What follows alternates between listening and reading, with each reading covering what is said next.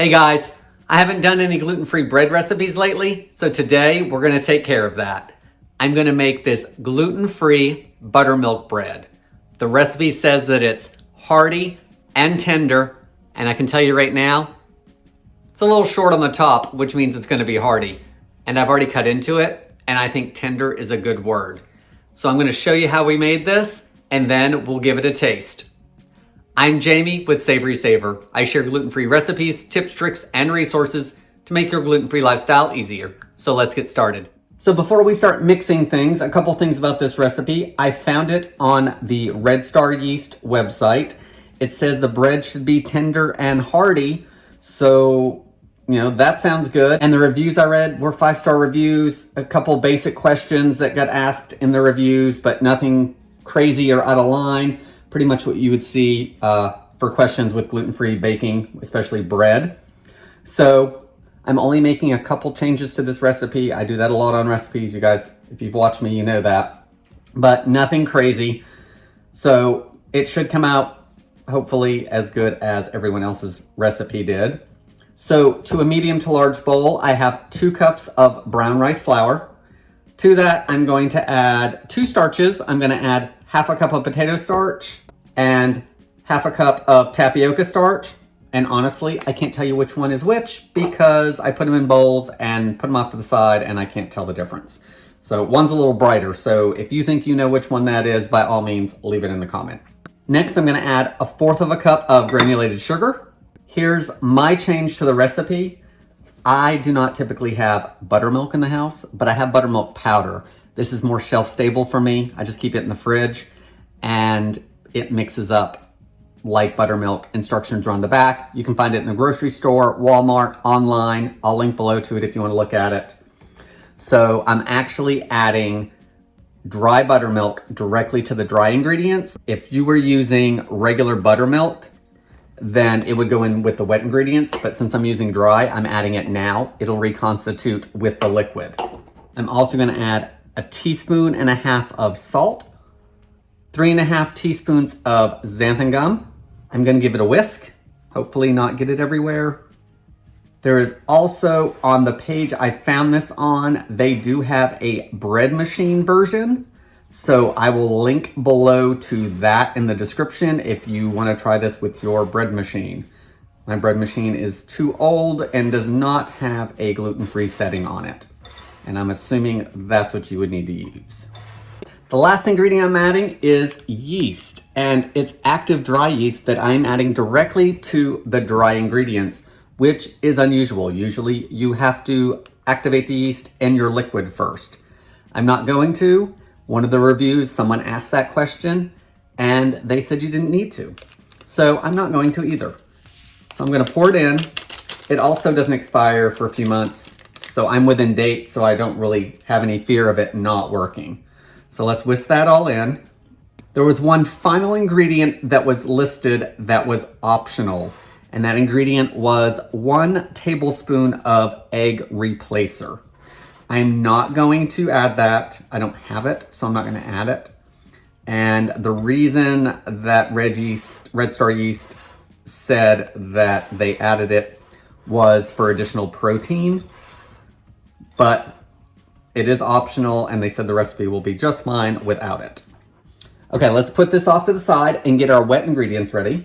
All right, so I do have the stand mixer out. The instructions actually say you can use a hand mixer, but I'm gonna use the stand mixer because it does mix for about 10 minutes. So I wanna be able to walk away from it. So I'm using the stand mixer for it. So to the stand mixer, I'm gonna go over 2 different amounts because I'm adding the water that I need to reconstitute for the buttermilk. So I'm accounting for that in my recipe. If you are using regular buttermilk, you're gonna use 1/4 cup plus a tablespoon of water and a cup of buttermilk. And you want that between 120 and 130 degrees because of course we wanna activate the yeast. I am using 1.25 cups plus an additional tablespoon of water because I'm reconstituting the buttermilk. I'm also adding 3 large eggs that I've lightly beaten. And it looks like the eggs are trying to cook, so I hope I don't screw it up. I'm gonna add 1/4 of a cup of melted butter. The recipe also says that you can use canola oil, so that would not add additional flavor, which is why I'm using the butter. I'm gonna mix everything together lightly. Now let's mix everything really well. Okay, everything's been mixed. Everything is about the same color. It doesn't look like my egg was cooking, thankfully. So now we need to add the dry ingredients. So I'm gonna turn my mixer on to stir, which is the lowest setting, and I'm gonna slowly add the flour, giving it time to just start blending before I continue. So I'll probably either do it in a steady stream or I'll put a little bit in pause for a minute just to give the mixer time to catch up. So let's add all of this and then we'll do the big mix. Okay, everything's in the mixer. I'm gonna turn the mixer back on. Once I see that all the flour has been absorbed into the batter, I'm gonna bump this up to, I'm gonna bump it up to medium and run it for about 10 minutes. The recipe doesn't actually say to take it off of low, but I think I'm gonna bump it up to probably 2 or 4 on my mixer. I usually do stuff on that, so I don't think that's gonna be a problem. So let's get this mixed up and then we'll get it in the pan. So this is the 5-minute mark and the batter's looking really good. I am gonna scrape the bowl down, everything back down the center, and get that beater scraped off because I wanna make sure everything mixes well. So just take a minute and do that and then do your other 5 minutes. So we are at the 10-minute mark and the batter is pretty smooth. It's mixed really well. I mixed it on 4, I think, on the Artisan as far as speed. So it kept everything turning constantly, but not so fast it was whipping a bunch of air into it, I guess. So let's get this transferred over to our pan.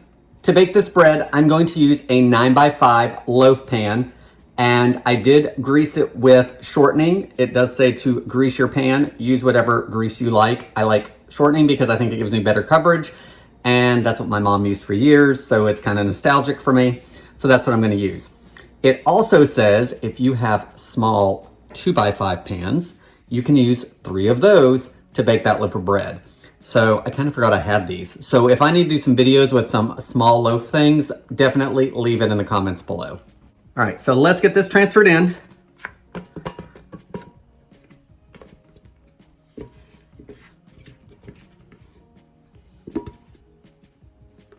All right, I'm gonna help it into the corners and try to even it out just a little bit. Now we want to cover it loosely with plastic wrap, and I did spray some nonstick spray on that. So I'm just going to drape it over because I want to make sure if it starts rising that it has enough to push it up. So we need to allow this to rise for about an hour. I'm using my oven as a proofer, so before I started filming for you guys, I turned my oven on to the lowest setting, left it on for about 1.5 minutes, and then turned it off. That's going to give me a nice warm place to allow this to rise. That being said, I will probably not need the whole hour. Lots of times when I proof bread that way, I find that it goes faster. So I'm gonna do about a half hour and see what this looks like, because I do not want it to go too far above the top because we don't want it to overproof. So I'm gonna give it a half hour, I'll check it. At that point, if it looks good and it's only gonna need another few minutes, at that point I will turn my oven on to preheat. So let's get this in the oven to proof, and then we'll come back and see what it looks like and then bake it off. It has been a full hour and the bread has been rising. It did take it that long to get to this point. I checked it 30 minutes in and then checked it another 15 minutes in after that, and it still wasn't where it needed to be. Could be because it's active yeast and I didn't proof it ahead of time, so it took longer, which is fine. It rose pretty good. It's got a pretty good shape to it. Next, we need to bake this off. So I've got the oven preheating to 375 degrees Fahrenheit. That'll give this another few minutes to rise. So I'll probably put the plastic wrap just back over top of it for a few minutes. Once it's preheated, you're gonna bake the bread for about an hour until it's done. So I recommend getting out the thermometer, especially if you warmed up your water and tested it, and you wanna bake your bread until the internal temperature is 205 degrees to 210 degrees Fahrenheit. That will ensure that your bread is baked all the way through. Once it comes out of the oven, you want to cool it in the pan for 10 minutes and then move it to a cooling rack and cool completely before slicing. Obviously, you guys aren't going to wait the hour. I'm going to jump you guys ahead. So I'm going to get this baked off. We'll show you what it looks like when it's done. So we are 35 minutes into the bake time, and as you can see, the bread itself is nice and golden on the top. So it's golden all over the top, but I'm sure it is not cooked because we are so early into the bake time. So I don't want this any darker at this point. I like the color. So to prevent it from browning further, I'm gonna cover it with aluminum foil, which will keep it from browning, but it'll still keep cooking. So I'm gonna bake it for the remainder of the 25 minutes, covered with foil, and then I'll temp it and make sure it's baked through. It's been an hour. Let's check the temperature of this. It's nice and golden. We are over 200, 205, 207, 209, 210. I think we're good. I'm gonna let this cool in the pan for 10 minutes, then remove it to a cooling rack, let it cool completely, and we'll give it a taste. Okay, so the bread actually has been cooling for about 3 hours, I think, 2.5, 3 hours, something like that. And it's still a little warm in the middle, so I probably should have waited even longer, but I want to get this done before Terry gets home from work. So the bread had some really good rise to it after it went in the oven. It definitely got some more height once I started baking it. It also got really brown after the first 30 minutes, so I covered it with aluminum foil for the final 30 minutes. It did temp at the 210, but it looks like it's a little starchy along the bottom. I've had that problem before with breads. Sometimes you get it because of the way everything bakes. And looking through the rest of it, I don't really know if it's gonna be a problem with the rest of it. And a little bit of that, I'm okay with that. I mean, it's gonna get toasted, so it's gonna toast a little bit. Usually after day one, Tara's gonna toast it. If not, croutons, breadcrumbs, it'll be fine. It did have really good reviews. It's hearty, it's got good bend. So I like that about it. So let's give it a taste. And I normally, you guys normally know I get the butter out, but every time I get the butter out, it just makes it better. So I don't think I'm gonna do butter today. So it tears like bread. I really like that. It doesn't really taste gluten-free. I can tell it's gluten-free slightly, and that's because you guys know that I actually eat gluten. My wife doesn't.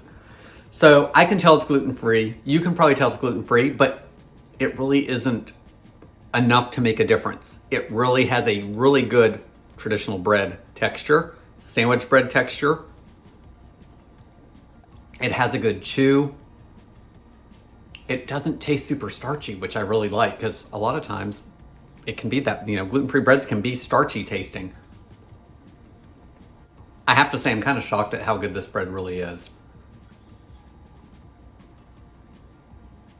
Those 5-star reviews on the Red Star Yeast website, spot on. All right, guys, I'm gonna finish this slice of bread, so let's go over a couple things real quick. Easy to make, easy ingredients that you can find.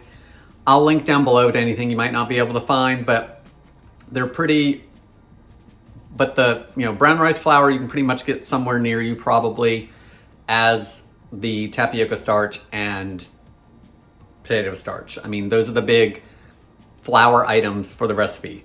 Xanthan gum, it actually uses quite a bit. It uses 3 tablespoons and a half. No. It uses 3.5 teaspoons of xanthan gum. And the reason I'm thinking tablespoons is because 1 tablespoon is 3 teaspoons. And when I measured it into my bowl, I measured 1 tablespoon and a half teaspoon. Anyway, it uses 3.5 teaspoons of xanthan gum in the recipe.